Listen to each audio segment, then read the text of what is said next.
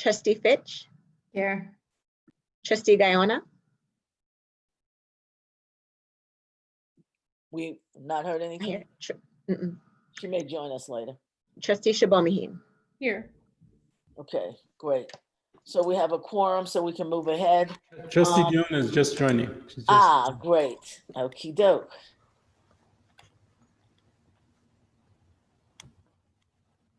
So, Maria Elena, oh, we can hear you, Marilena, if you speak now. Oh, you're on mute. There you Is it, sorry, my internet is very slow. It just kept going. Maybe. oh, wow. So we just finished taking the roll. All right. Thank you. Okay, Here. so let the record show that we have 4 board members in attendance. Anna is going to be out, Trustee Guyona. All right. Thank you for telling me. Okay, so next item is approval of the agenda. Are there any changes to the agenda?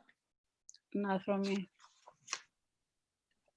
Anybody want any discussion of any items? If not, then I will entertain a motion for approval of the agenda. I I'll make make a a motion to approve the agenda. I'll second. Okay, it's been moved and seconded. Roll call, please. Vice President Wilson, Yes. okay, Trustee Fitch, Yes. Trustee Guyona, Yes. Trustee Shibomihin. Oh, you're muted. Sorry. Yes. Okay. All right. Do we have any? Oh, so now we're going to move into closed session. The board will immediately go into closed session and will resume at approximately 7:15.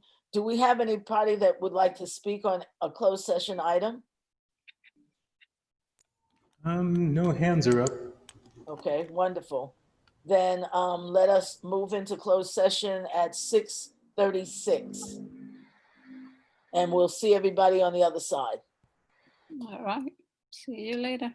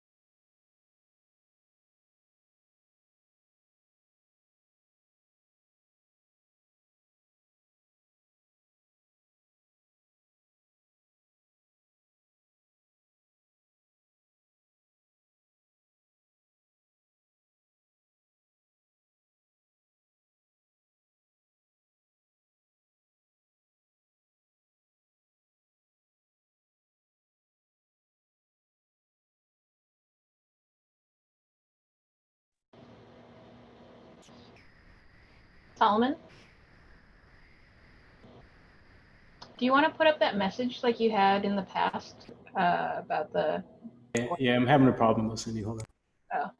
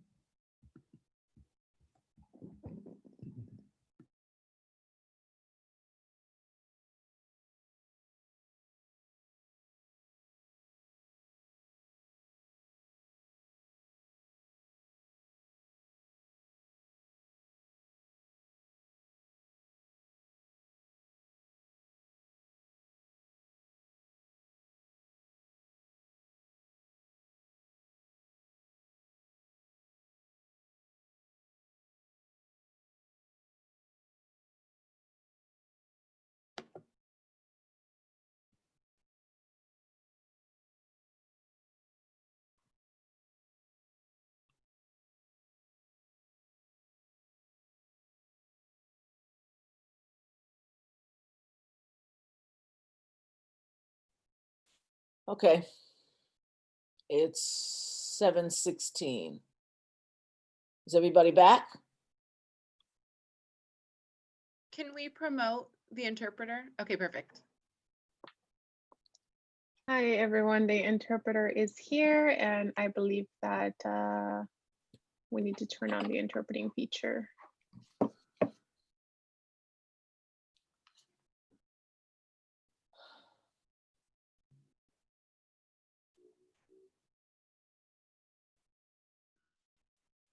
So trustees will select the interpreting feature and push English.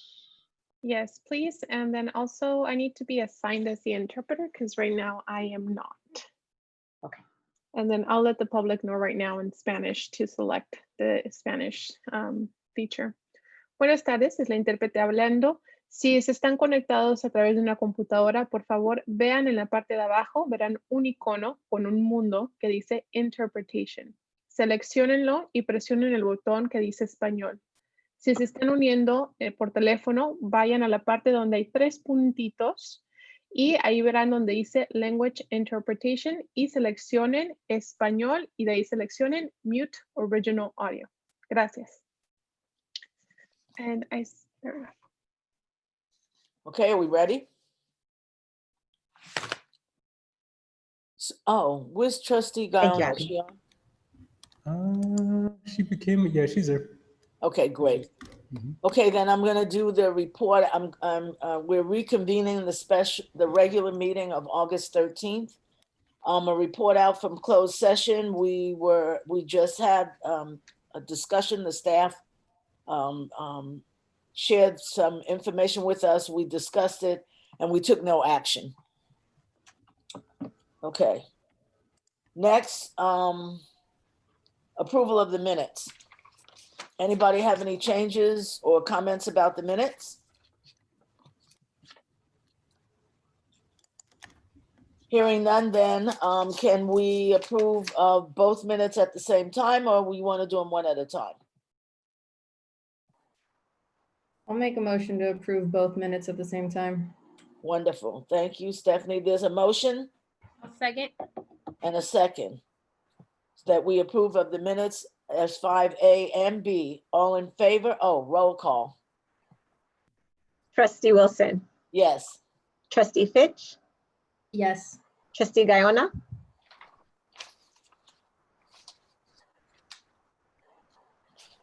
Is she on mute? trustee, Yes, sorry. thank you, and trustee Chabot Mahin. Yes. Okay. The next item is from the floor. So from the floor allows people to speak for 2 minutes on any item that is not on the posted agenda. Do we have any speakers, Solomon? If you wish to speak, you need to use the raise your hand function through Zoom. And I don't see any, Right. no one. No one? Mhm. Okay. Then we will move on to the consent calendar. Does anybody would like to, oh, right, we already approved the agenda. So the consent calendar, anybody have any questions? No? So then there's items A through U. So if there aren't any discussion, I'd entertain a motion. I'll make a motion to approve the consent agenda, items 7A through 7U. I'll second. Okay, it's been properly moved in second that we approve of the consent calendar. I mean, consent agenda with items A through U. Roll call, please. Trustee Wilson, Yes. trustee Fitch, Yes. trustee Guyona. I'm sorry, you're on mute, trustee Guyona. Yes, Trustee Chabot Mahin. Yes. Great. Okay, then we'll move on then to the superintendent's office. Superintendent's report. Distance learning update. Yes. And Solomon, did we get clarification if you were going to? Yes, I'm going to present. Shall I share it now? Yes, please. Okay.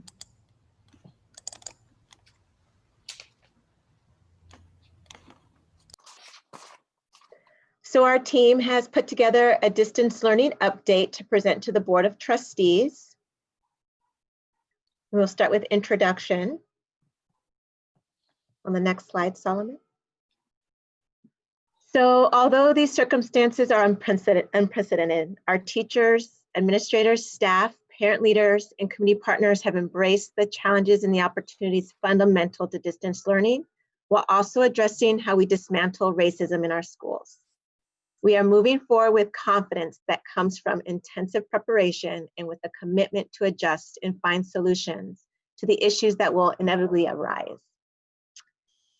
With circumstances creating a major change in how Ravenswood School District provides educational excellence, it is with great pride that our staff and community partners have been diligently working to provide distance learning opportunities for our diverse students, taking into account their specific needs. The level of creativity that our educators are using to make sure that every student in our school district receives a high quality education through distance learning has been nothing short of amazing. And I'm so proud to be able to work collectively with all of our employees in providing these essential services. To the next slide, Solomon. So we will have several team members present on these topics here. Cindy Chin, our Director of Student Services, will cover family communication. Laura Brennan will cover distance learning. Jennifer Gravlin will cover special education. Solomon Hill will present on technology, and Delma Camacho will present on operations.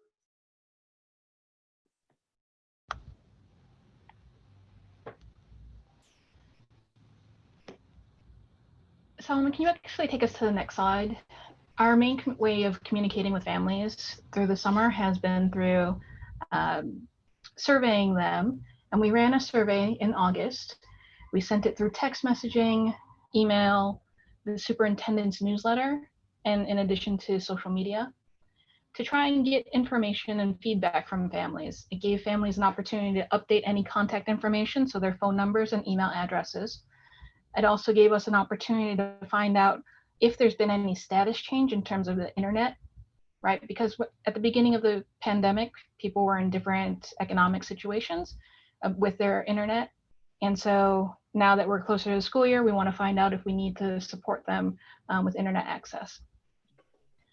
We also gathered information that if we are able to implement the hybrid model, what type of schedule would families want, whether it the Tuesday, Thursday schedule or the Wednesday, Friday, or if they still would have concerns about health and choose to continue distance learning. We also surveyed families to find out if they were going to have childcare needs. And so of the 540 families who have done the survey, there are about 200 students who will need support or who've been identified as needing support for childcare. So we want to gather that information to see which partners we can work with and see if that's a possibility that we can support the community with. And then we also left an open-ended question in the survey to just gather any open comments that they would have. And so we've been calling back families to respond to any of the questions and concerns that they have after completing the survey. Our student services department and office staff are calling any family who has not done the survey themselves. So we are hoping to do another 780 phone calls tomorrow and next week to try and capture all of the families. Solomon, if you can, yeah, thank you. And so with that, we want to make sure that we're able to partner with the families, right? And so by updating the contact information, we can make sure that teachers are able to have that initial meeting with family. And while at one point we thought maybe we could do the meetings in person, we recognize that, for safety purposes, we want to devote the time over the phone or through Zoom to have those face-to-face meetings and private time between a teacher and their family. We also want to provide workshops for families to make sure that they understand all the different platforms that the students are on, what they should look for when students are on Zoom or doing things asynchronously. And also, if there's any simple tech troubleshooting that they can do on their own rather than waiting to talk to the teacher or waiting to talk to the tech department.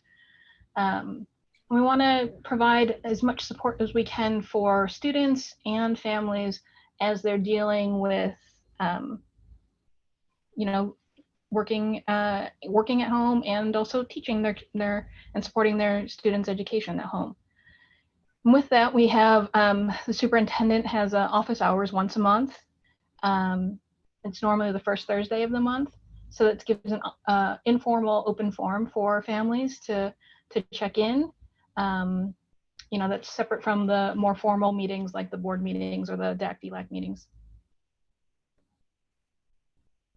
Let me ask a question. Do you want questions while the presentation is going, or do you want us to save them till the end? Let's save them to the end. Okay. Okay, Solomon, next slide. Thank you. And then Lara will discuss the distance learning. Good evening. This is Lara Berenin, Director of Curriculum and Instruction. And as we know, this school year, we are starting with all of our students and staff in full distance learning. Solomon, next slide. So we know that our COVID response period started in mid-March. So our spring of our last school year, March through June 2020, was unlike any time we had previously experienced. Solomon, you can click next. We referred to that time as distance learning, but a new framing that we are being encouraged to use that I wanted to share with you this evening is really to think of that time more as emergency learning. We went on distance learning with almost no preparation whatsoever, and we had to transition everything that we had been doing and been accustomed to doing in our regular school buildings to an online setting. And that really was a period of emergency response. So moving forward, Solomon, you can click next. Now we'd like to consider August 2020 and on as our period of distance learning. We've received a considerable amount of guidance and set of requirements from the state, and we're using these guidelines to craft what we'll be doing in our district this coming year for as long as we need to. Next slide. So an overview of the picture of distance learning for this year will include daily synchronous and asynchronous instruction across all content areas, and that will include designated and integrated English language development for our English learners. In TK through 5th grade, some of the subject areas where students will have daily synchronous lessons include social emotional learning in the form of community meeting, morning meeting, or restorative circle. English language arts, including reading, writing, and phonics, daily math lesson, and then ELD occurring each day in small groups. And then weekly lessons will also be provided, for example, twice a week in science or social studies. And then students will also have each special class offered at their school site once a week. So at our two larger sites, that's art, music, PE, and drama. And at our smaller site, Los Robles Ronald McNair, that is art, music, and PE. And then in 6th through 8th grade, students will experience a block schedule where they have each set of half of their classes twice a week at set times that students are logging in for live instruction, and then additional time blocks for small group instruction, for office hours, for students to request help, and for teachers to provide differentiation. And then Monday will be a slightly different structure where students have an increased opportunity for asynchronous learning for their different courses, and then again, more flexible small group instruction or a differentiation opportunity. Next slide. Some of the technology tools that we will be using this year, we are continuing from the spring. So we want to build on the repertoire that we started then. One of those obviously is Zoom, so a really valuable video conference tool that we'll use for our live instruction and our meetings. We will continue use of Seesaw as the learning management system for TK through 2nd grade and Google Classroom as the LMS for 3rd through 8th grade. We will continue Raz Kids for TK through 5th grade, which is a library of online level text for students to read. And we will continue IXL, which is a self-paced computer adaptive program that gives our middle school students independent practice in math, English language arts, science, and social studies. So 2 new programs that you see here are Nearpod, which is a really useful tool that we're excited to get everyone trained on. And that allows teachers to create lessons. So like, for example, a series of slides, and then embed student participation and interactivity. So for example, a teacher could be going through content with a combination of visual slides or even video clips, and then intersperse an open response question where students can submit those answers directly to the teacher. It has other features such as polling, quizzes, a collaborative bulletin board. And so we're excited about those, adding those features to our online live instruction set of tools. And then our other new program this year is Lexia. So this is an individualized computer adaptive program for students to get additional practice in language and literacy. And the focus for this program is on our English learners. Next slide. So thinking about the shift from last year to this year with the state requirements in distance learning, we have set forth a few goals around teaching and learning. Our first goal is to engage students in learning as evidenced by their participation in synchronous and asynchronous instruction, and specifically oral responses and written responses. We want to make sure that when we're teaching and all the different forms that takes, students are taking it in, they're learning and having the opportunity to participate and give responses back to the teacher. This also gives us the opportunity to work on goal number 2, which is to use formative assessment to determine what students are learning, adjust teaching based on student needs, and share student progress with parents. It's really imperative that we're monitoring student learning really closely and determining, how are students doing now compared to our last official assessment of them in the middle of the year, last year. We missed quite a few assessments that we typically do last spring. So we really want to identify where students are and scaffold them to grade level. We also want to have a focus on culturally responsive teaching practices to ensure that we are really being reflective about our teaching methods and the way we engage students and families so that we can find what works best for them. Next slide. And we recognize the importance of social emotional learning and mental health, particularly during this time, not only for students, but for adults. And so I want to give you an update on the SEL grant that we had worked with the county to do. The county did win the grant. Unfortunately, the funding won't start until October. And so what that means is we have a little bit of gap between we have an official SEL program, which we'll try to supplement with the information in what we're calling our wellness playbook that was made through our reopening task force subcommittee. And that has lots of different activities to focus on mental health and emotional well-being for students and for adults. We also will continue our counseling services at all of our sites. They'll be able to do counseling through telehealth. And in fact, the really nice thing is that over the summer with some of the transition, we were able to add on bilingual counselors at Los Robles, Ronald McNair Academy, and then also at Belhaven. And then, we realize that distance learning is hard. And so we want to make sure that we're building relationships so that students feel connected, even though we are doing it virtually. And so we want to provide activities and a safe space for students and also for staff to be able to process their emotions and build those connections with each other. And also with families, because it is very different for families instead of having students at school all the time. And we are partnering with some of our mental health providers for different workshops and resources that they can provide. So those groups include the Children's Health Council, Child Mind Institute, and CASI.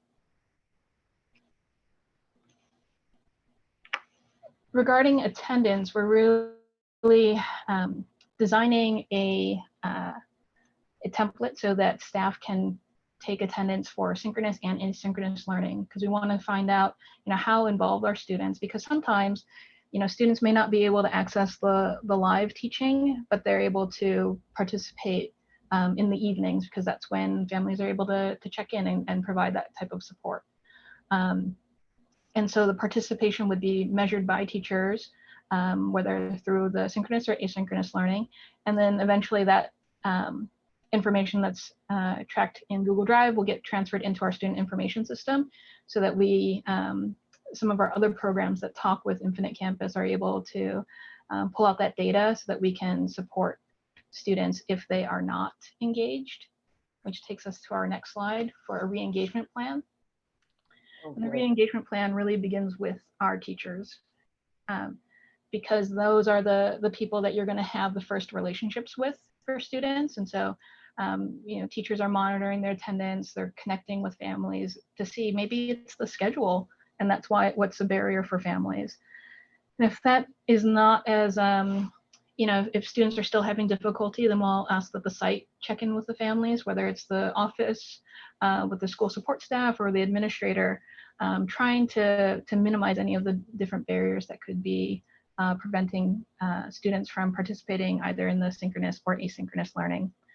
And then finally, district office wise, if we need to do a home visit and then connect with our different partners to give other resources to families, we want to make sure that kids are able to learn the best that they can.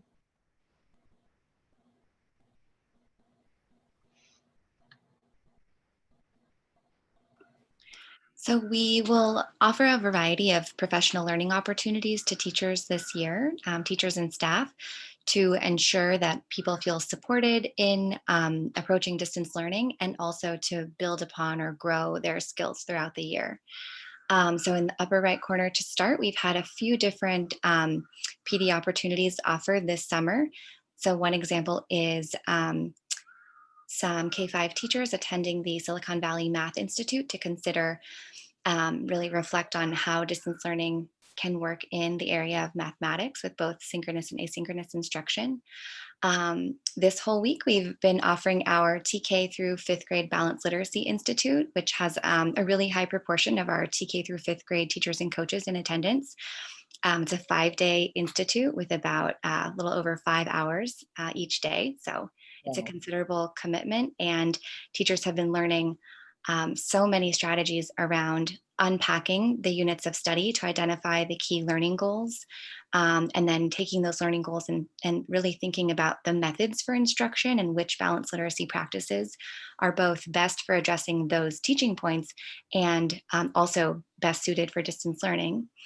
And then our middle school teachers have had the opportunity to attend the week-long Summit Institute and also do online learning modules for GLAD training, which is strategies to support English learners. So people have been very busy this summer. We also have our upcoming district launch PD in the upper left. So next week, August 18th and 19th is our new teacher orientation for our new staff. And then on August 21st and 24th, we have our district welcome, and then a combination of site professional development and district-wide professional development to launch the year. This year, we will have our ongoing professional development every other Wednesday afternoon, which is our minimum day, as usual, and 2 professional development days on our calendar, also as usual, in October and January. And we will offer after-school PD on top of that for teachers who opt in for extra support and identify specific topics that they would like PD in. And some of that training, back to the left side, will be technology focused. There are quite a few tech tools that are really critical for making distance learning successful, and there on many levels are infinite tools we could learn about.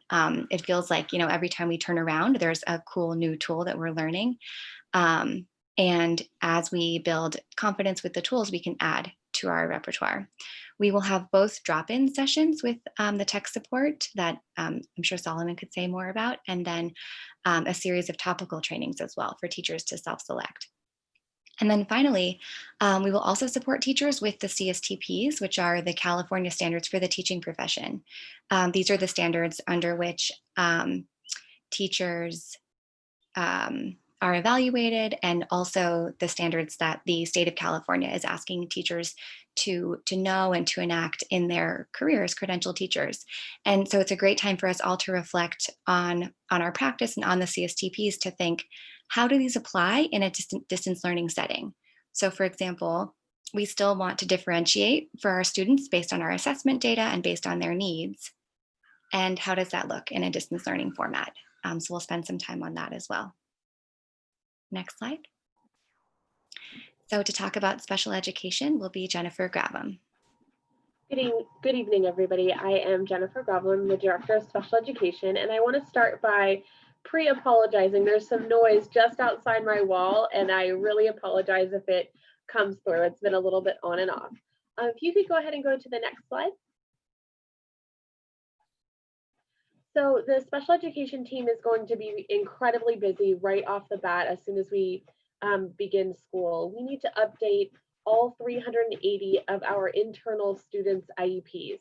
What that means is that we need to have an amendment for every child's IEP for it to reflect our status in distance learning. What that will entail is case managers communicating with parents to find a balance to best meet that particular student's need. They need to put that plan in writing. They need to formalize that plan as part of the student's official IEP and then send that information home to parents for signatures. I say all of that to just share there's a lot of work, but it's collaborative work between the special education team and the parents so that we can strive exactly the right balance for our students to be able to educate them the best that we can considering this environment. Next slide, please. This summer, the Special Education Subcommittee has been incredibly hard at work building parameters to help guide all of our special educators. Laura was just talking about professional development for the whole district, but I did want to share with the board and the community at large that on Monday, we had a full day PD around our new Sunday curriculum, and I'm proud to report 100% of our special education teachers attended and really felt that the curriculum is going to be so helpful in their learning with students. And the Sunday curriculum has added an online piece to make it so much easier for them to deliver that instruction via the computer.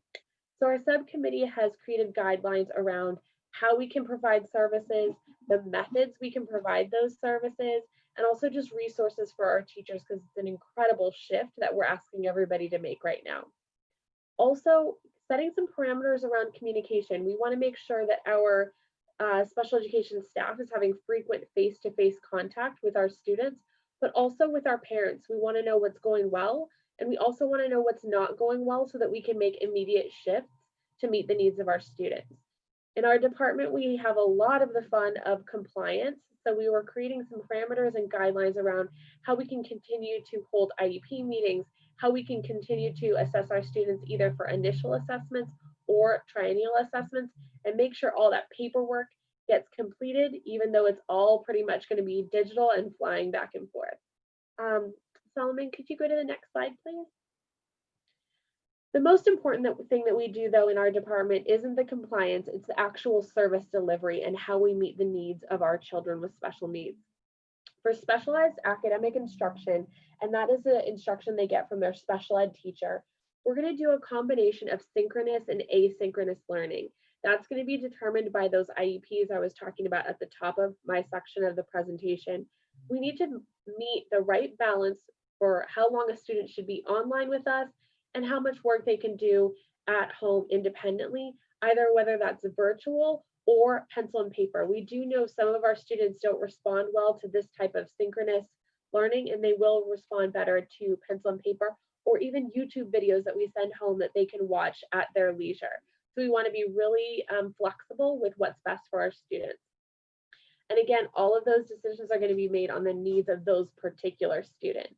For speech and language, occupational therapy, and physical therapy, that's much different. We are recommending, and again, for every recommendation, there's a rule breaker. We are recommending predominantly synchronous learning so that they can deliver those speech services online, because it's really hard to practice those components without the speech and language teacher present via Zoom, and the same with occupational therapy. Again, everything I give, there is always a rule breaker, so those decisions will be made in collaboration with parents and full team and be memorialized in the student's IEP. And Solomon, if you could go to the next slide, and I am happy to introduce Solomon Hill, who is going to go over technology. Okay, hopefully I'm unmuted. You can't have distance learning without technology. We've been working really hard this summer, actually before this summer, in late spring, to prepare devices, to get devices ready for students, staff, and also working on the basics of the infrastructure, et cetera.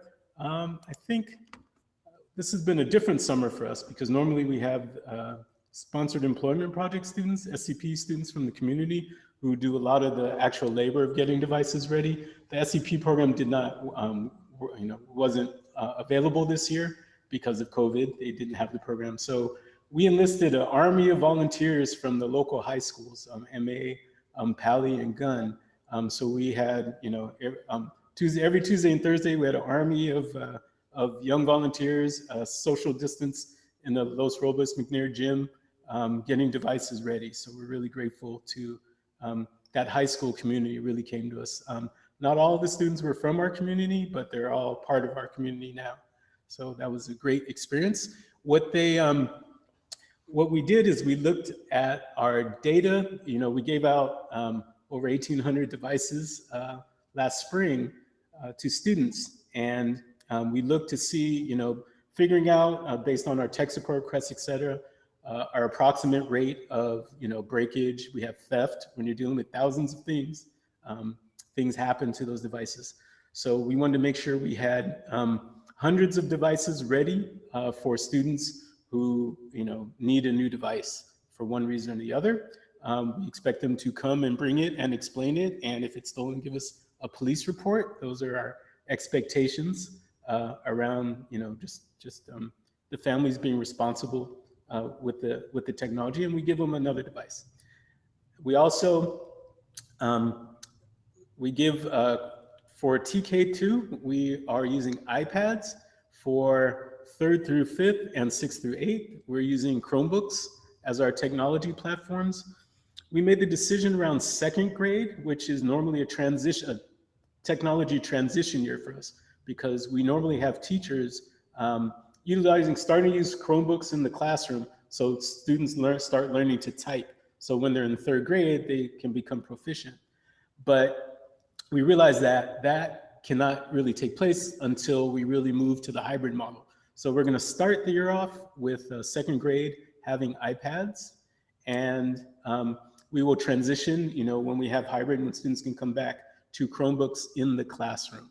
So that's a little bit of a different change than what we talked about before. So we're going to be handing out hundreds of devices to students for replacements and obviously new students. Last time I counted, there were 176, but I'm sure that's grown in the last couple of days. And we're ready for them.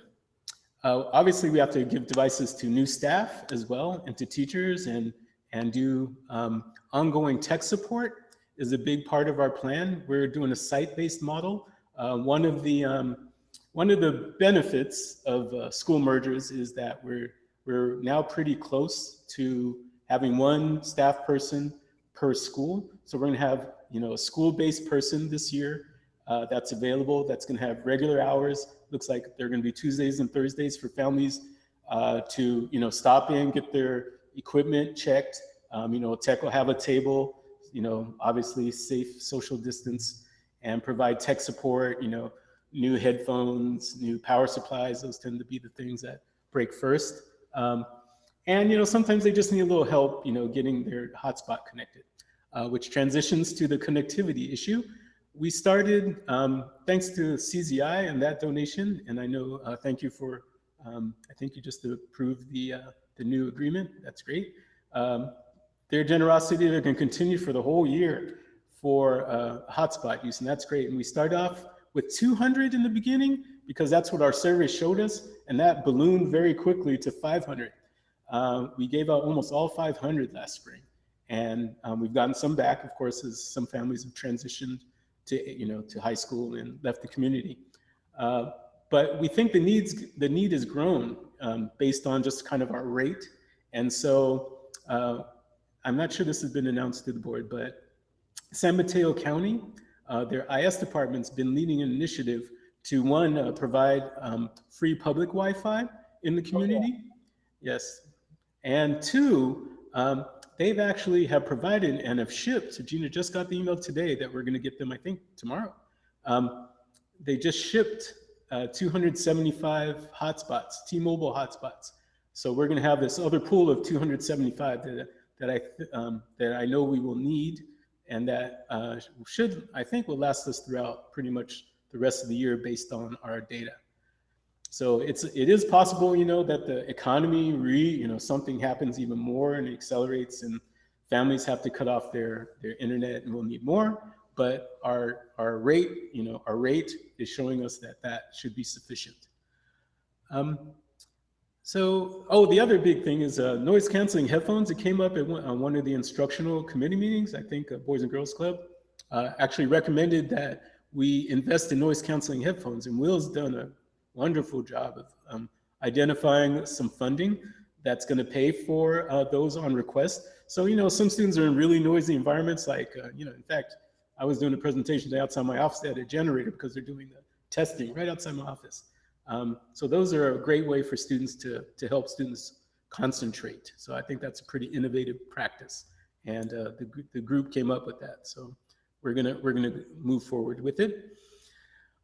One of the critical things, and Laura touched upon this, is tech support to people. We have tools in place now where we can do remote tech support as well. So we can work over the phone and log into some student devices, including iPads, we can control remotely now.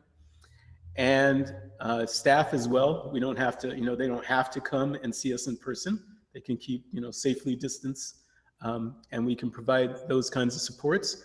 Our school site admin assistants are providing a key link to families. They're bilingual, and families will call them if they have, a problem. They'll enter in our help desk. We'll contact them back, or they can, right on the spot, just schedule a time or just come during our normal operating hours that we're going to just have an open help desk at each site. So we will be providing that kind of supports for student staff. We will also be providing, you provided a new person in our department. That's John Colleton, who's our AV coordinator, and he's been working all summer on putting together some videos for a video portal to get some, and to put in place some, basic instructional videos to start with kind of the basics of this is how you do X, this is how you do Y. He's also putting together a program, and he's been talking with Laura and some members of our instructional leadership team to figure out, what kinds of direct support he could provide. So he'll be providing on request, and he's already has some people who've taken him up on it, and some principals who've recommended people for the kind of support. He'll be doing Zoom-based one-to-one PD for the teachers. Some teachers who might be struggling with the tool, or what's the best way to set up my laptop and my document camera either at home or in my classroom to provide distance learning, right? It is a new world. And so we wanted to provide more support. So thank you for that resource. I think that's going to be great. Lastly, I wanted to talk about, because there's a lot we could talk about, I want to talk about our infrastructure. We're now doing 3 infrastructure projects. 2 of them are closing. Our backup data center is now in place at a secret room in the Cesar Chavez Ravenswood Middle School. And so when some of our servers go down, those wake up, right, and provide services and some what's called redundancy. So that's great. That's something we wanted. It can keep us going. And we've had a couple incidents, including one a couple years ago during testing, that really woke us up to that need. So thank you for the bond money to do that. We also upgraded the servers in our data center, again, with the bond money. And we're using a lot of the latest technologies, server virtualization, I can go on, the really nerdy stuff. And we're really excited about that. So those are some of the things going on in technology. It's really been a sprint marathon for us, right? We've been running really fast since March. getting everything out. I'm really proud of our team. They really, they've really shown up. So really proud of them. And next slide, Solomon. And oh, I'm supposed to introduce, sorry, Delma. Delma Camacho, our wonderful MOT supervisor, is going to talk. Next. Thank you. Hi, everybody. So I just have one slide, if we can go to that. But I have, okay. So good evening. I want to share with you the work that maintenance, operations, and transportation team have been doing in preparation for the new school year. I've been very proud of the hard work that teams have done in getting our buildings ready for the start of the new year. Of course, we won't have kids, but as always, they've been fixing our floors, touching up bathrooms, painting rooms, managing some moves, and a lot of countless little things to make the schools more welcoming for the students. Additionally, each of the departments has taken on extra responsibilities with the pandemic. So I'm going to start off with the custodial staff. They have been supplied and trained with commercial grade disinfecting misters. These new machines can decontaminate large surface areas in a short period of time. We're working on developing detailed schedules that include cleaning and sanitizing throughout the day in a way that it can balance moving quickly throughout the buildings and being present also. Second, our maintenance team. They've been working on various projects that normally would be hard to do when the students are in session, like switching out doors, repairing courtyards, completing work orders, and just taking advantage of that time while the students are learning off site. And let's see, where am I? Also, we have been taking steps to also keep our staff safe during COVID.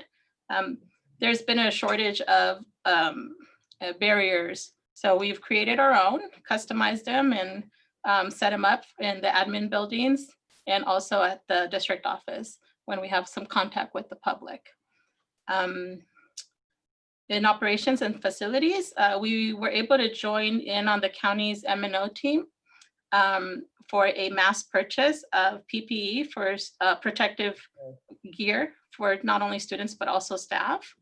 And I'm going to be working closely with the principals to develop plans for making sure that we have the appropriate signage in the appropriate places. And, just reminders for safety protocols, directing foot traffic, and also possibly separating spaces for when we do go to a hybrid model. Another exciting thing is that we have been working with the San Mateo County Office of Environmental and Sustainability Department.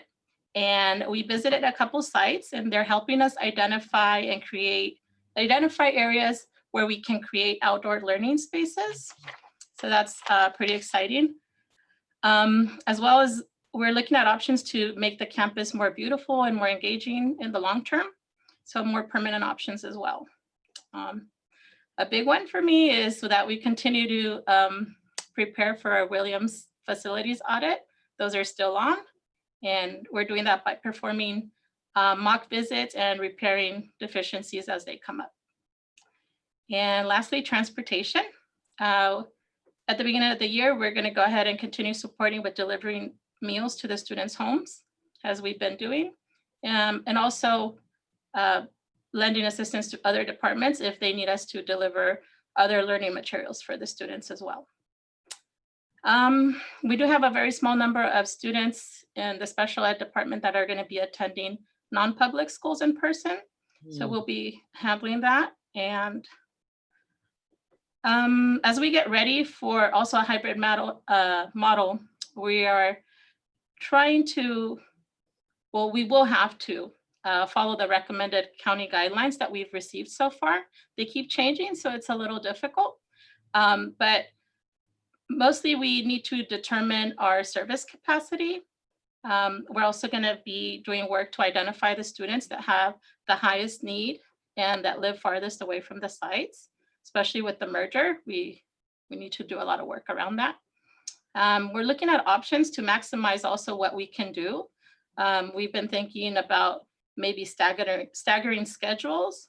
And also we do have, not a lot, but we have 10 vans, and we're thinking of possibly using the vans to transport groups of students, such as students that will be in a group, a bubble is what they call it, and also students that live in the same household. We have a lot of work to do, but we'll do our best. That's all I have.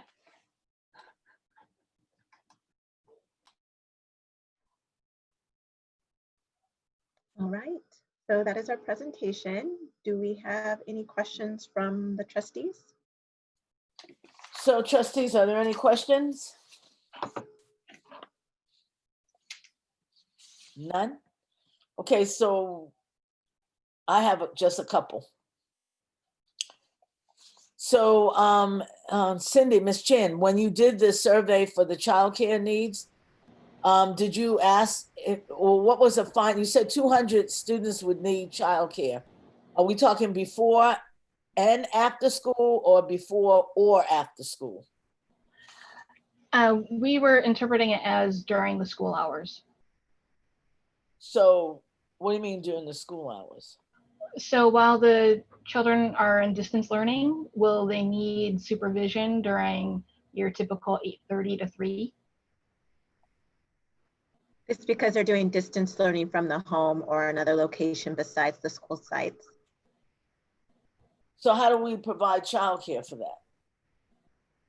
So we want to get the numbers and then figure out, what could be potential capacity of support from different partners.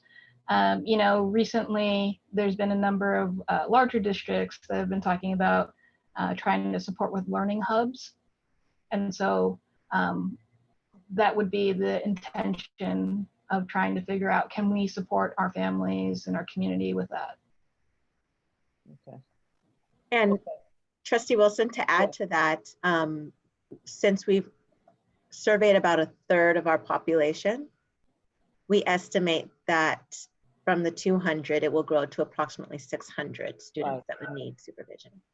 And I want to give credit to student services and the admin assistants at the sites for all those follow-up phone calls they're making.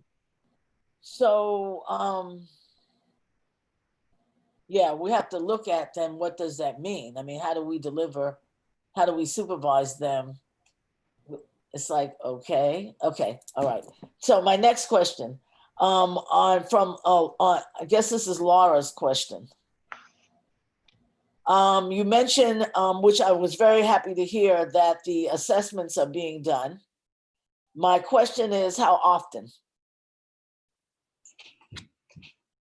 So there's different kinds of assessments that we'll be doing, and so that will dictate the frequency. So for example, we'll have our beginning and middle and end of the year literacy assessments that we conduct one-on-one. It'll be different to do them in a virtual setting over Zoom, but we are definitely going to try it. And we've, so we'll let you know how it goes. And then specific to the distance learning goals that I presented, we will have a really big emphasis on formative assessment. Formative assessment is a really valuable practice, whether we're in the classroom or learning virtually. And so the idea there is using tools, for example, through Nearpod, as I described, to give students the opportunity to show what they're learning in each lesson. And sorry. And then teachers can collect that data and look at it collaboratively in data meetings with colleagues and determine if students are meeting the learning objectives for the week's lessons, and then how to respond with instruction in the following week. Okay, thank you for that. And then just actually one more, and that's technology. Solomon. I'm so glad to hear that we had a bunch of volunteers. Did you collect their names? Yeah. Okay. We definitely got their names. I shared today. I shared. I have a picture I could show you. Oh, actually, I can't. Oh, I can. Never mind. It's not going to work until I stop sharing that. But Yes, we collected their names. We know we have all their contact information. Okay. They were great. Some of them got community hours for doing it. So we signed a lot of forms. It was, we had, I think total we had probably about 30 students roll through in different forms, but most of them came, we had a steady group of about 10 that came almost every week. So it's Okay. great. Yeah, and they were, you know, they were both genders too. That was good. There was a good group of girls from MA. So. All right, nice. It was nice. Okay. That's all my questions. So board members, are there any comments or questions? Just appreciation for the staff and all the hard work that they're doing. It's really incredible. It's really strange times, and there's a lot of districts out there that are very much fumbling, and because nobody knows what they're doing right now. And for nobody knowing what they're doing right now, we really sound like we know what we're doing. So thank you. I have a couple of questions. And the first one is for Laura. Have you know how many hours of instructions are the students gonna get? I know that different grades are supposed to get different numbers of instruction. And I'm not talking about special ed or students with IEPs. I'm talking about regular kids, regular students. Yes, great question. So the state released guidance around daily required instructional minutes, minimums. They are slightly reduced from our typical school day, and they are 180 minutes in kindergarten, 230 minutes in 1st through 3rd grade, and 240 minutes in 4th grade and above. So for those, it's about 4 hours. And that time includes both live instruction. So it could be with your core teacher, it could be with a specials or electives teacher, and the time value of asynchronous assignments as determined by a certificated staff member. So a combination of the live instruction and the asynchronous work across the content areas and using the grade level content standards is what would meet that minimum of instructional time. So how are teachers gonna keep track of those minutes? Because you know, there are some complaints, and not just in this district, but other districts too, that the students did not get, or that the teachers were barely there with them. So I think it would be advisable if they could get a schedule in case, you know, have it ready. I'll start at this time in case somebody else comes up.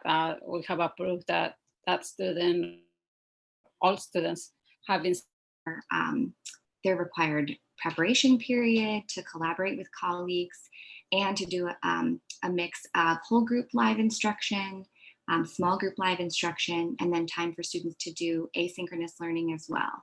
So we're working on a team with, for example, curriculum and instruction with our instructional coaches, getting input from teachers to create an example of how that schedule will look that we'll share with teachers upon the start of the year.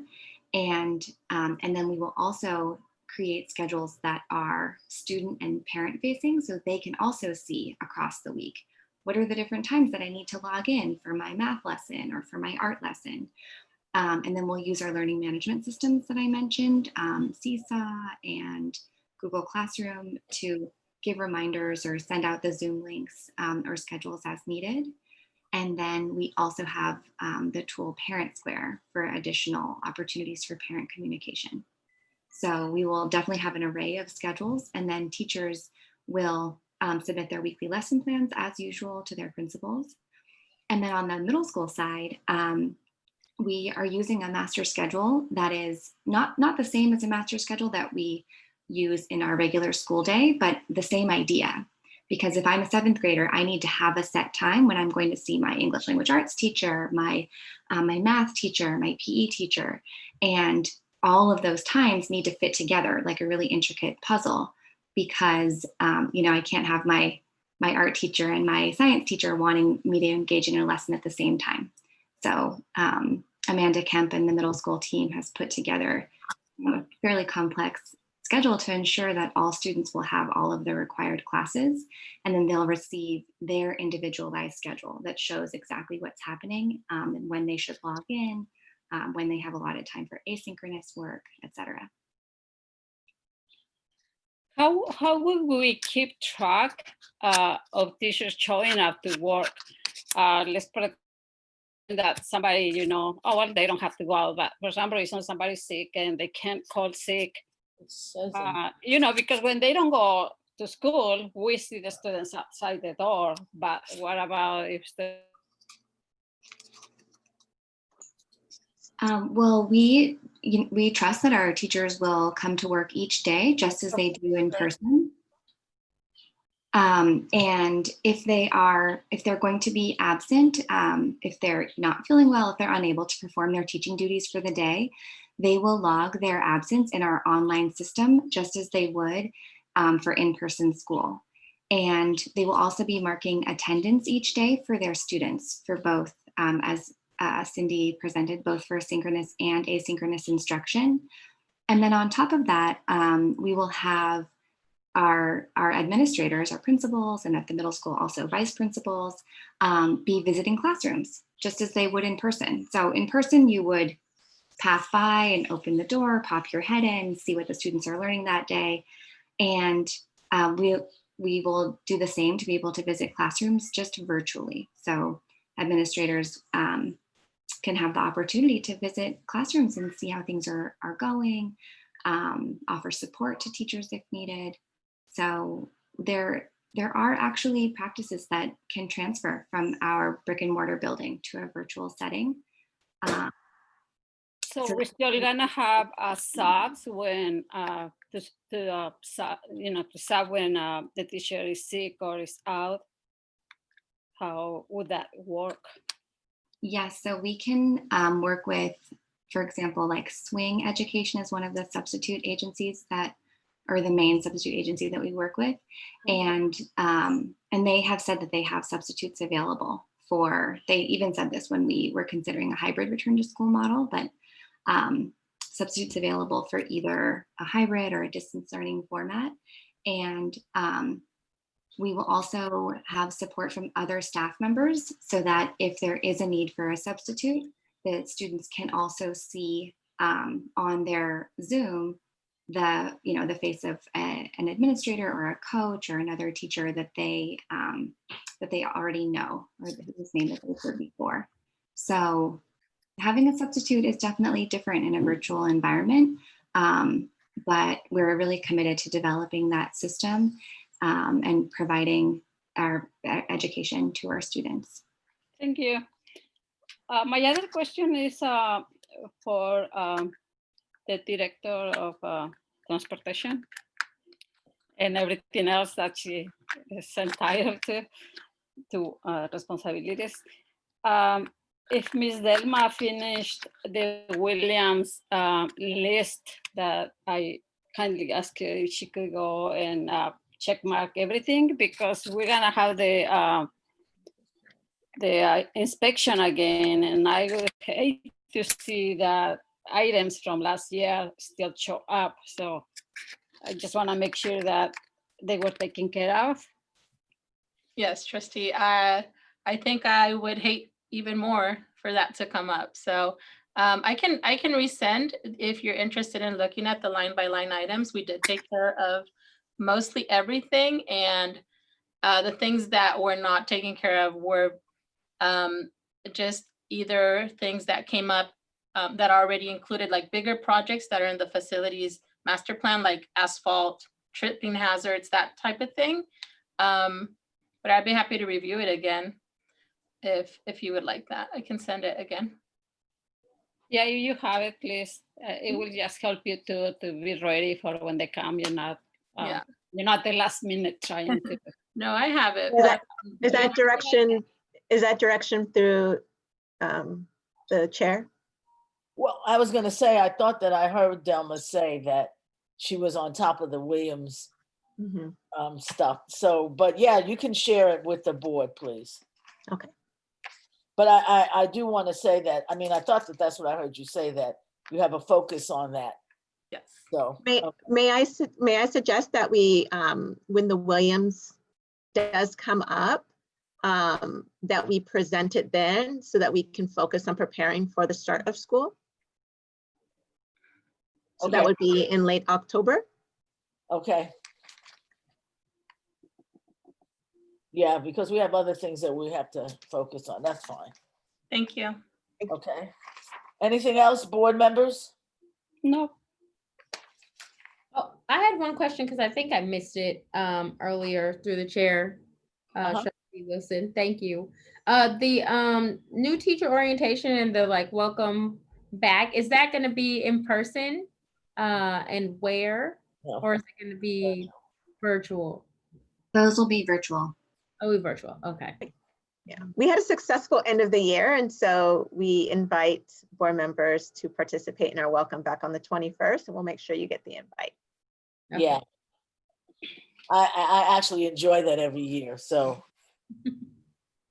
Yeah. Any other questions? No, well, I'll just make a comment to echo Trustee Fitch's comment about being prepared, because all I hear on the news is about how, the kids don't have the connectivities, the kids don't have the devices, the schools are not ready for distance learning. They're just, excuse me, beginning to put those things in place. And we've already been working on this for a while. And so I want to compliment the staff on all the hard work that's being done to ensure that our students will get quality distance learning. I think in some cases it's disappointing to the newspapers and stuff when they call and the first thing they want to know is how many of your kids don't have devices. I'm like, well, they all have them. And so they're so surprised to hear that about Ravenswood, but it's really good to be able to share that. So again, thank you, staff, for all the work that you're doing around this. Thank you.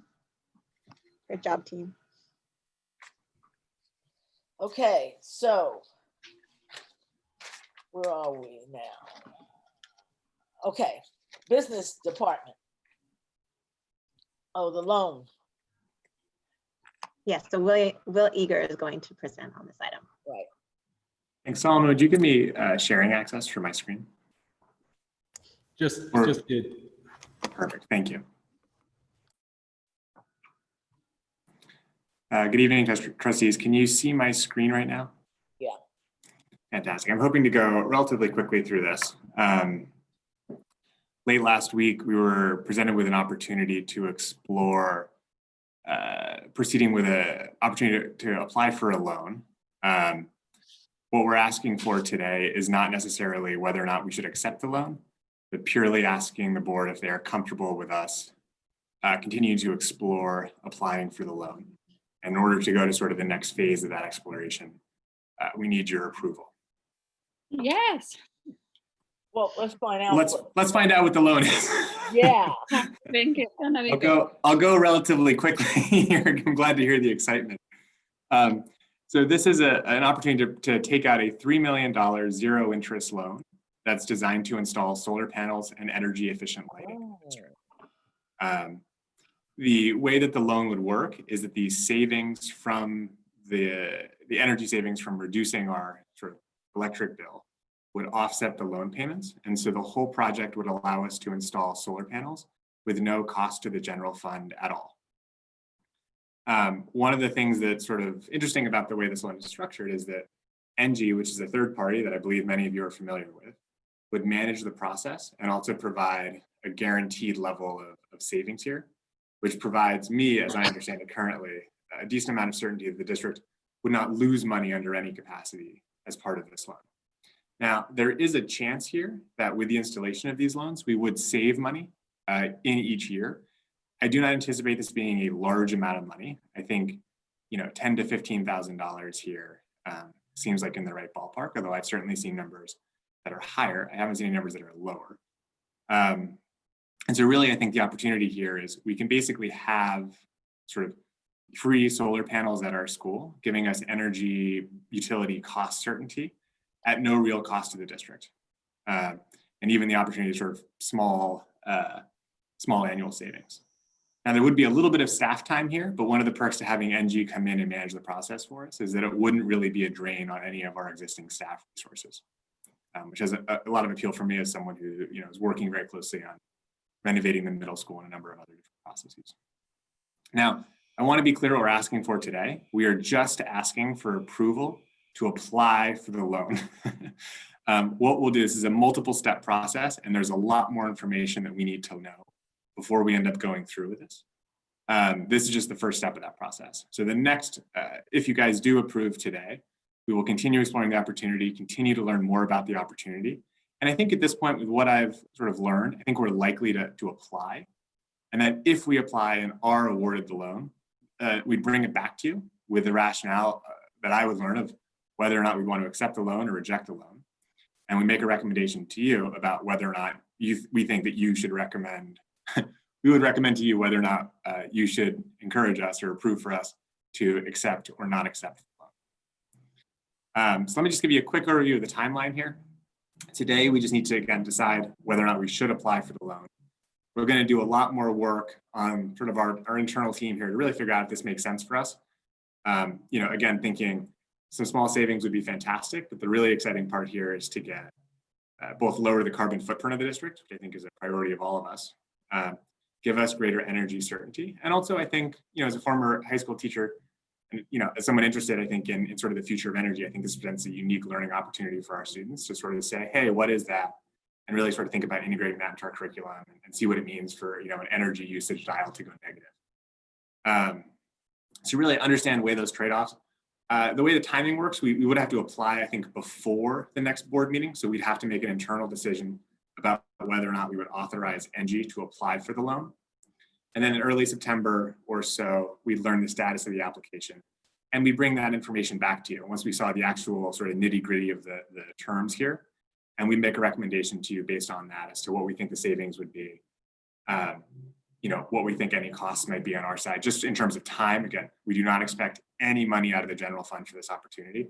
And just make sure that, all around we've dotted our I's and crossed our T's here to make sure this is a reasonable opportunity. And then we would recommend to you whether or not we think we should accept or reject the loan based on the information that we've learned. Any questions about that process? I'm still learning a lot about this. I think there's a lot more to learn, but I'm hopeful I can maybe answer some basic questions at this point. Through the chair, I have a question. Yes. Have we been presented with this before? Maybe like in 2018 or 2019, can't remember. I believe you were. Yeah. I believe that we chose to apply last time and our application was rejected based on a technicality. We were not the only district to have sort of that issue. And so the California Energy Commission, who's sponsoring this project, has basically reauthorized this. And so we're really just having another opportunity to take another crack at it, basically. Got it. Whatever I'm thinking of, I don't know that there was something that we were rejected, but it was something that we voted no on at the time. Yes. You know what I'm talking about? Through the chair, I believe it was the result of the fact that we weren't clear on which sites we were going to close. And so we weren't sure where we should invest the solar panels. Right. Okay. Yeah, because I'm just thinking we voted no on this for some reason, and then here it is again. So I just want to be so anyway.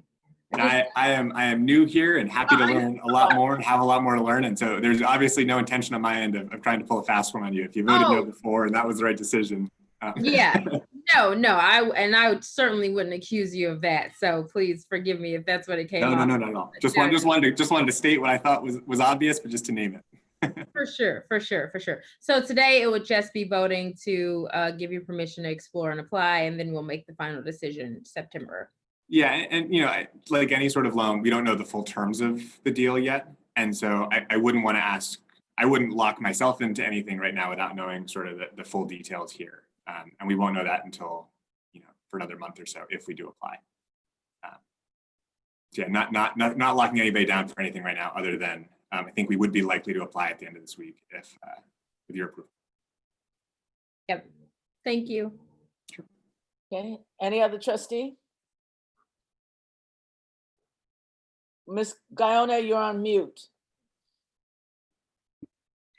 Just a moment that I have been having that in my mind, like we should get those panels, you know, because there is a lot of energy that is being used at all the schools, especially when we have all the sites, when we had all the sites. So I am glad that you're starting the process and don't give up. At the end, if we get accepted, it will be a savings because we're not gonna be paying a bill.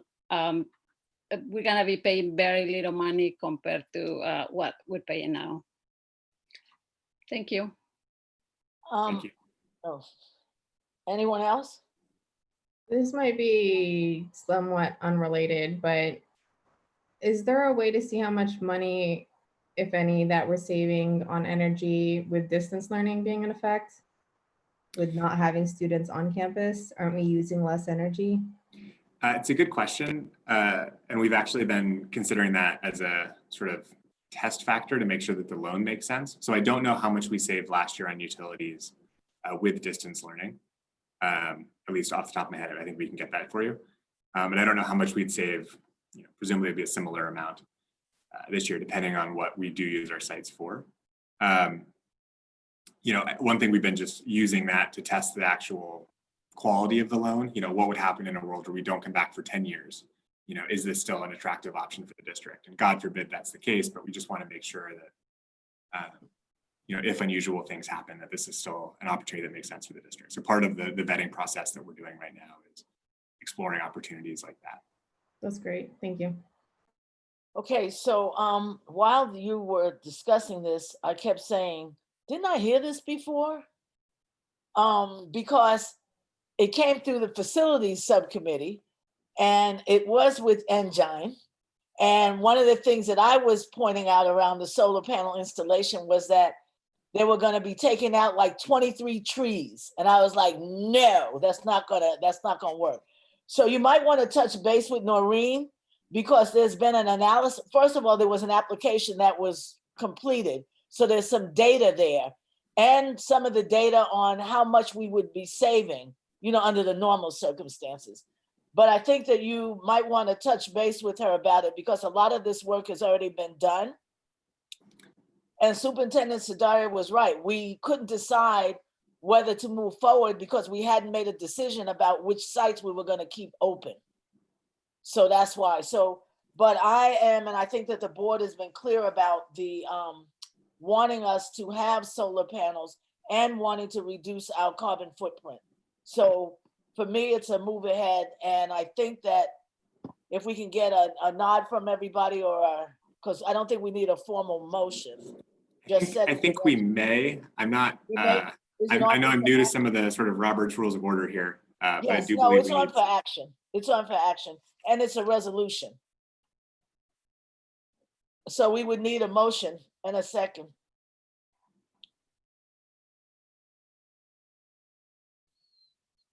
I'll make a motion that we go forward looking into this loan. Is that the right motion? Yeah. All right, that's the motion I made. I'll second it. Okay, roll call, please. Trustee Wilson. Yes. Trustee Fitch. Yes. Trustee Guyona. Yes. Trustee Shabomahin. Yes. Okay, wonderful. Thank you, Will. Thank you, trustees. Okay, HR. Good evening, trustees. Director Tony Stone, Human Resources. The first item under 10A is consideration to approve resolution 2020-2021-1, reduction of classified services. And this resolution is to reduce the number of paraeducator 1 positions by 13.5 FTE as a result of the change in service model for the provision of special education services. Okay, anybody have any questions? Other than the fact that, of course, you've run this through CSEA. That is correct. And they'll follow the usual procedures of seniority and. That's right. Whatever. Okay. Anybody else have any questions?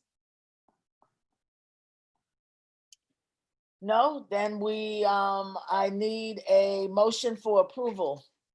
Sorry, I was not mute. I Oh, was sorry. muted and nobody could hear me. I'm just worried that when we come back, we're gonna need all the paraprofessionals. You might be sure. I believe that happened last time when they were laid off, and then there was nobody, and you guys have to hire somebody from the companies, which was very expensive. So this resolution is not related to distance learning. It's related to the new service model being implemented by special education. And all of the paraeducators who are laid off will be placed on the 39-month rehire list and will have first rights to being recalled to positions based on seniority date, should we need to recall any paraeducators. So how many positions are you? 13.5 FTE. 13.5, that's a lot. And you're sure that we have enough to service our students? Yes, based on our new service model. All right, thank you. Okay, any other questions? Hearing none, then I'll entertain a motion for approval.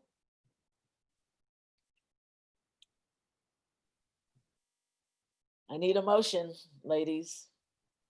I'll make a motion to approve item 10A. Second. Okay, it's been properly moved in second that we approve of resolution 2020-21-1, a reduction in classified services. Trustee Fitch, you have to read. Does she have to? Yeah. Yes, she needs to read the whereas, please. Okay. Resolution. All right, let me pull it up. Where'd it go?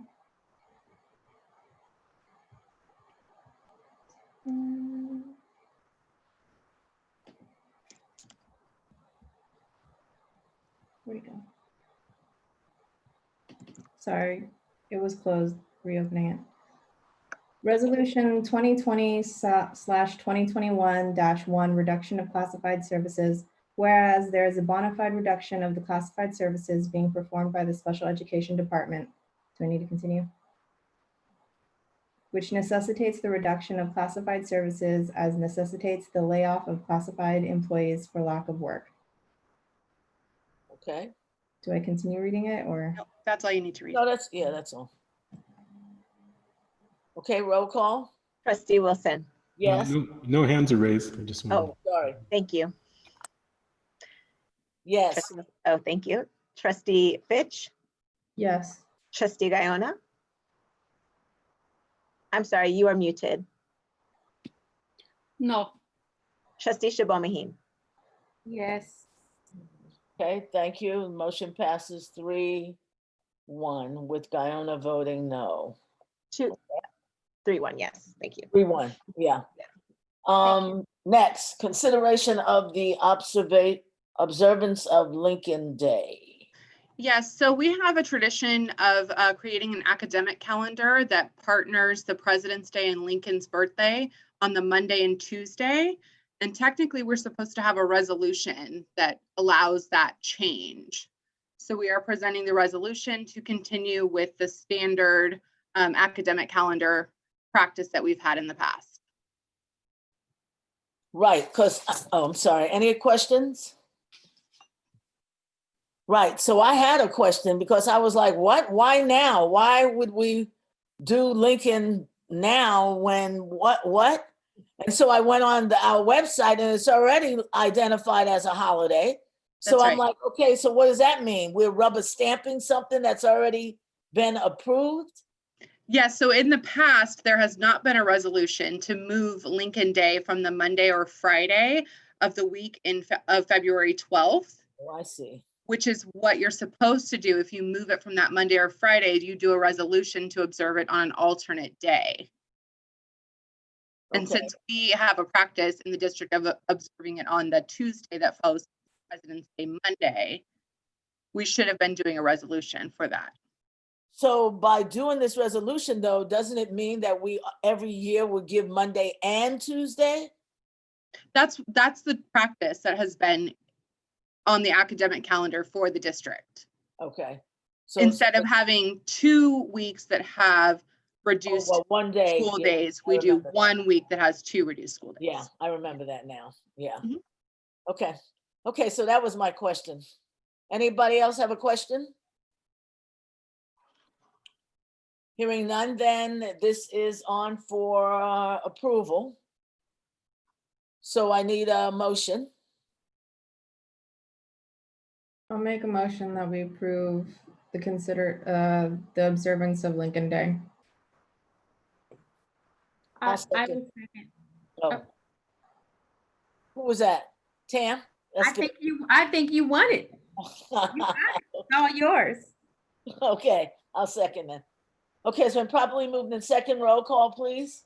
I'm sorry, do we need to read the resolution or no? Yes, Oh, please. sorry, yes. Resolution 2020/2021-2, observance of Lincoln Day, whereas pursuant to Education Code 37220 and Board Policy 6115, ceremonies and observances, the board may, by adoption of a resolution, revise the date upon which schools close in observance of any holiday except Veterans Day, which shall be celebrated on its actual date. Okay. Roll call? Trustee Wilson, Yes. trustee Fitch, Yes. trustee Guyona, Yes. trustee Shivomihi. Yes. Okay, thank you. Next. The next is a consideration to approve the employment and assignment of Melissa Fuentes as the 8th grade PE teacher on the basis of a credential waiver. And due to COVID-19, Melissa wasn't able to take the CBEST exam to satisfy the basic skills requirement. So this waiver would allow her the opportunity to do that during this academic school year. And she holds a Bachelor of Science degree in Educational Studies. She's completed over 40 units of PE and kinesiology courses, including coursework specific to serving students with disabilities, English learners, and teaching PE to students in grades K through 12. Melissa also was a campus relations coordinator at the middle school last year, which is the site that she will be placed at this year. She has a great relationship with the students on campus. Okay, any questions? Guyona, you're muted. I need clarification. So this new employee is gonna go for an emergency credential, is that it? It's for a waiver. For a waiver, which gives her a year to complete her basic skills requirement. It's called, yes. And she's got BA. Has she been teaching already this school year? No, school has not started yet. I mean, the school year that just passed. No, she was a campus relations coordinator last year. Since before, okay, thank you. And she'll be doing this virtual? Right? Yes, and hopefully at some point in person. Yeah. Okay, anybody else have a question? And what position is she gonna? 8th grade. The credentials she's gonna try to get. Okay, 8-3P, got it. Thank you. Anybody else have a question? Okay, then I'll entertain a motion to approve the employment assignment. I'll make a motion to approve the employment assignment of Melissa Fuentes. I'll second. Okay, it's been properly moved and seconded. May we have a roll call, please? Yes, trustee Wilson, Yes. trustee Fitch, Yes. trustee Guyona, Yes. trustee Shivomihi. Yes. Okay, let's move on then to strategic, job description for a strategic partner.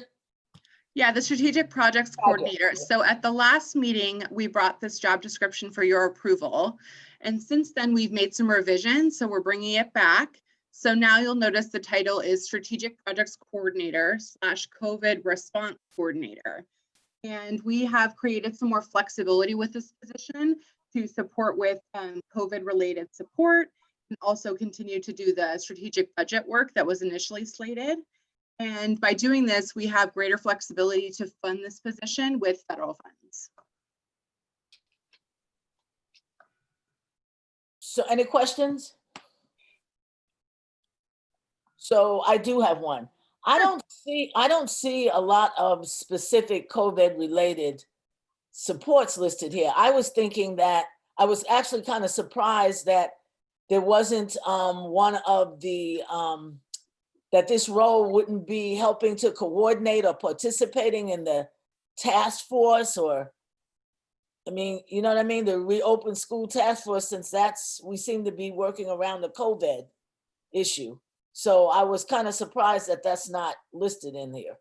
And I think that if you're gonna look for federal funds to try to cover this, that you might want to put more specific tasks for that are COVID related.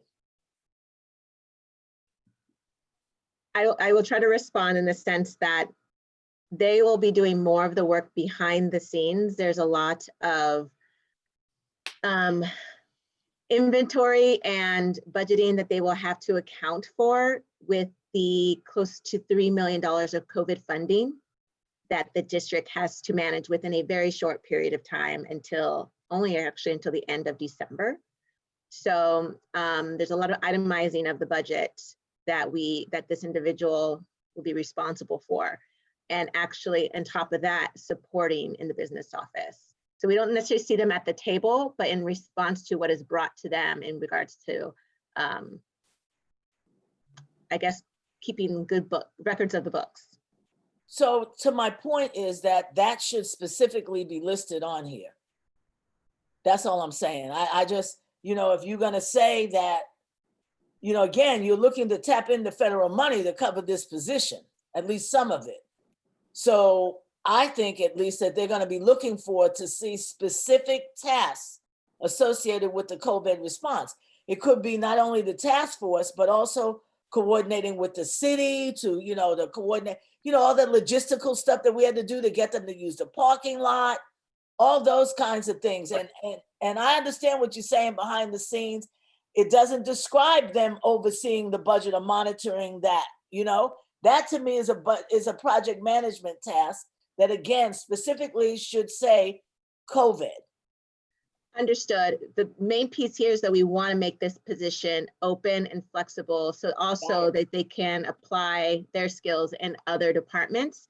And Gina, I understand that. I'm not questioning that. No, but I understand your argument about making sure it will apply to be funded by COVID dollars. And Will can explain a little bit more, because you don't necessarily need to have it in the title or in the job description for a position to be covered by COVID. So Will can explain a little bit more about that. Just that, it's a fast moving pandemic, and the way that the funds have been issued currently, there's not as many there's not as much sort of high levels of detail and stringent requirements that you often see in federal funded positions. And so I think that what we've written in this job description is open-ended, just to reflect the fast changing nature of the pandemic. And we do believe that what's in here currently is sufficient to make it eligible for federal funds. I think it's a compelling point, though, of, if this was a Title I federal funded position, we may need a lot more detail, specifically tying it to, what's the requirements of the federal funding in this case. But in this case, because of the level of ambiguity in the federal regulations here, and we think that sort of the position being a little bit more flexible here was the right call. So again, I'm gonna, I would just encourage you to whoever, does this position, that as long as we're still going through the COVID issue, that maybe they should come to the meetings and do the report. I'm just trying to make it so that it's real and it's not a thing where, we just threw this up there and, so, and I understand your point, but for me, it's like, anyway. We will make sure that this individual makes an appearance, and you will be there to be introduced to him. And Trustee, to your point, I think being clear about documenting the parts of the role that are directly COVID related, and establishing a helpful paper trail, right, not just through emails, but other documents, just to make sure that, exactly. If when the auditors come, not if the auditors come, we are fully prepared to make sure this position is federal funded. And as a reminder, this is money that we had initially allocated for REF. So REF can still cover any part of the role that's not. So this will also not be a general fund covered position. Well, Through the I'm chair. sorry. Yes. Is there, if there's no problem with putting in the language and it makes people feel better and it's safer, could we agree to this and approve it if it passes? And then also provide direction to make an amendment to put in some of that language there if there's no, con for putting the language in? Is that okay? Yeah. I believe that's possible if we could get approval and then make an amendment. Yeah. Okay. Because what will happen is that we're going to be able to move forward with filling the position and getting that work done sooner than later. And that's what we need to do. Exactly. I don't want to hold up progress. Yeah. But I also see Trustee Wilson's point for sure. So, yeah. Yeah. The other thing is that you are going to need more help around the COVID response thing, the operations department might need additional help. So I'm just saying to make sure that there's some real tie into what we are saying. Okay? Yes. Okay, so anybody else comment? If not, then I'll entertain a motion.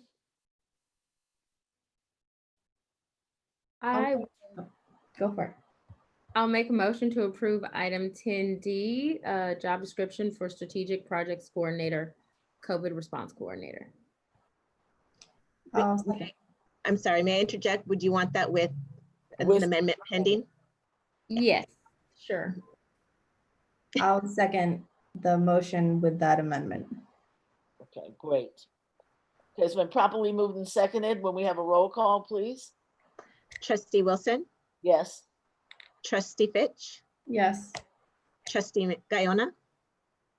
Yes. Trustee Shibomahine? Yes. Thank you. Thank you. Next, job description for the Director of Operations.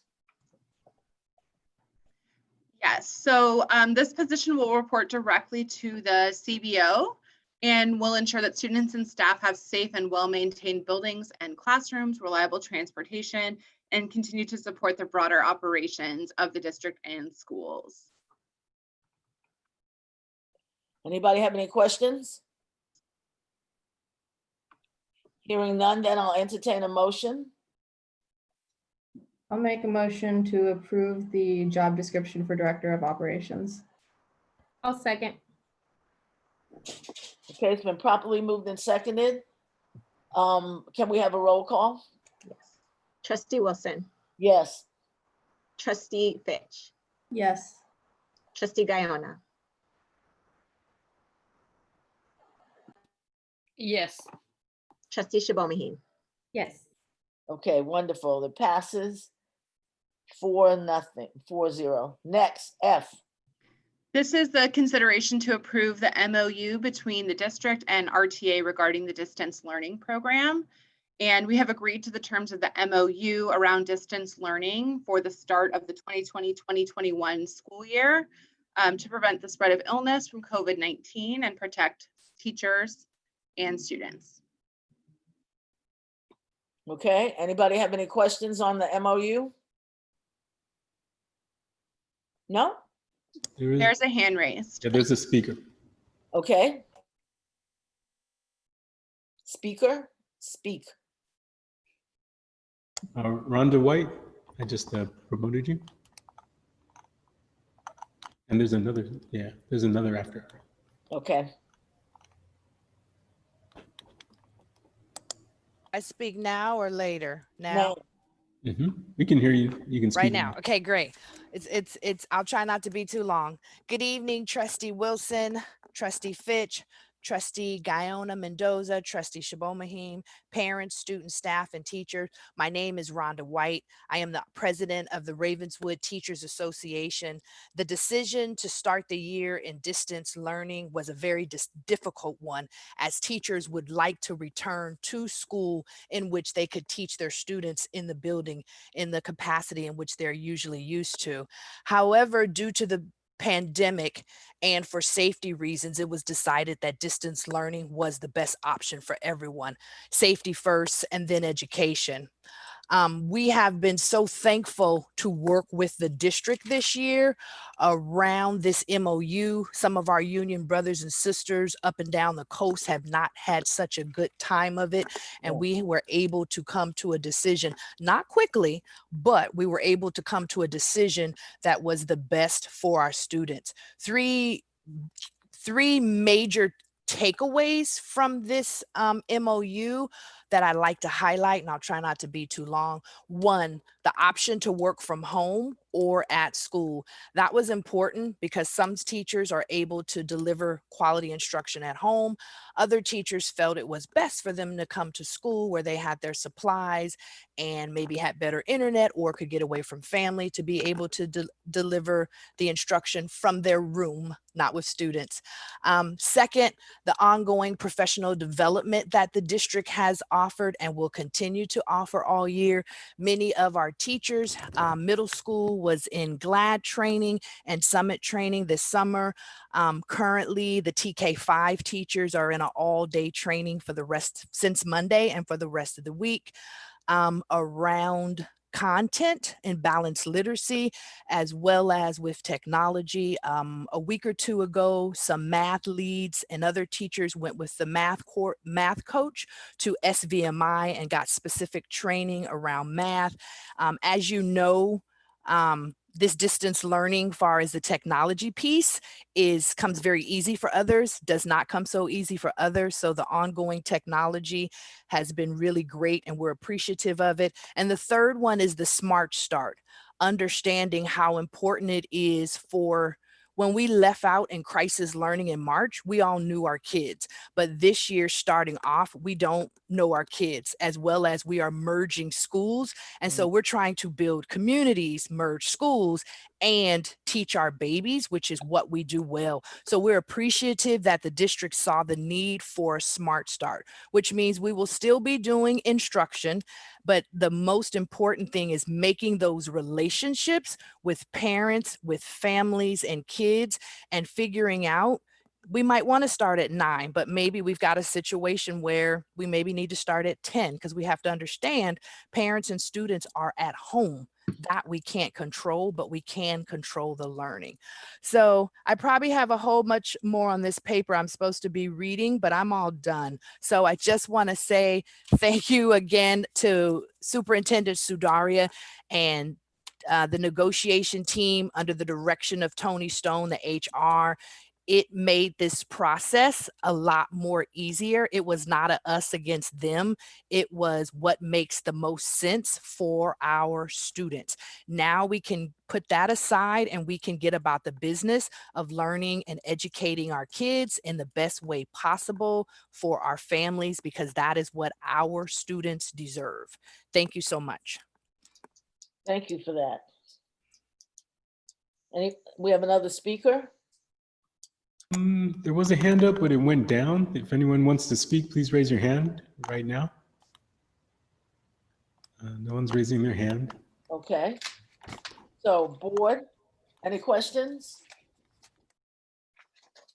Nope. No, I'm just happy that everybody's happy. Yes. I really am, because again, I've been listening to San Francisco. Was it Oakland or San Francisco? They just went into an agreement today, even though schools opened beginning of the week. It's like, what? So I'm really happy that, you know, again, Ravenswood is taking some very good steps to moving us to be able to address our kids' needs. Any other comments? I just want to thank all the teachers for the hard work they're doing during distance learning. I know that it's, you know, I I'm passing, I'm going through that, and I know that it's not that easy, and I know how hard, but everybody's coming together and making it happen. Thank you. Okay, so if there aren't any other comments, then I will entertain a motion to approve of the MOU. I'll make a motion to approve item 10F, the MOU between Ravenswood City School District and the Ravenswood Teacher Association. I'll second. Okay, it's properly moved and seconded. Roll call, please. Yes. Trustee Wilson, Yes. Trustee Fitch, Yes. Trustee Guyona, Yes. Trustee Shibomahin. Yes. Thank you, Great. Tony. Okay, next item is, right, board absences. We do have a person absent, which we haven't had in a long time. So, is the resolution even on here? Nope. Yes, it's there. Oh, which one? It's the, 11, I got it, 11A, Yeah, got it, okay. okay. So this is a resolution because we have a board member that's absent. So the board has to agree to approve of her being absent. Shall I make a motion? Yes, I need a motion. I will make a motion to approve item 11A regarding the absence of trustee Polito. Good. I'll second. Okay, it's been moved and seconded. Please do a roll call. Oh, resolution. Resolution 2020/2021-3, board members excused absences, whereas Education Code 35120A5 authorizes that each member of the governing board of the Ravenswood City School District who actually attends all meetings held may receive compensation for his or her services, a sum not to exceed $240 in any month, and etc. Pay for me, right. Okay. Roll call? Trustee Wilson, Yes. Trustee Fitch, Yes. Trustee Guyona, Yes. Trustee Shibomahin. Yes. Okay, thank you. Next one, board policies. We have several of them. Is there anything that's highlighted, Superintendent, or no? No, there's quick summary in the attachment in the memo. So 6115 is ceremonies and observances and has been updated to the CBA sample and includes Juneteenth as Okay. a newly adopted holiday. Oh, nice. Okay. And then the catastrophic leave program has been updated to match the CSBA sample and reflects collective bargaining agreement limits. Working remotely is a new policy reflecting CSBA sample policy to ensure that staff meet district expectations while working remotely. And then the industrial accident illness leave has been updated to the CSBA as well with guidance from County Council. Okay, thank you. So what we're doing is, this is the first reading, so we have to accept the first reading. Actually, I think it's waive the first reading and move to action. Oh, it doesn't Let me say, double check that. yeah, because it doesn't say that. Let me see. It says for the first reading and action. It doesn't say that we're gonna waive the first Okay, reading. correct. So then we're accepting the first reading. So I need a motion to that effect, please. I'll make a motion to accept the first reading of the board policies and regulations in item 11B. Great, thank you. A second. I was hoping you weren't gonna read all those things. No. I'll second that. All right. Okay, roll call, please. Yes, Trustee Wilson, Yes. Trustee Fitch, Yes. Trustee Guyona, Guyona? she got a thumbs up. Yes. Okay. Trustee Shabomahin. Yes. Okay, next, board reports and communication. Board? Anybody have a report that they want to share or any communication? No? Not much. Just staying home, Yeah. staying safe. Yeah. Okay, anyone else? No? Okey doke. So our next regular board meeting will be on August 27th. And so we have no further business. We will then adjourn this meeting at 9:02. Fantastic. Thank you, everyone. Thank you so much. Thank you, everybody, for all that Thank you you, do. everyone. Have a good night. Okay, bye. Good night. Bye.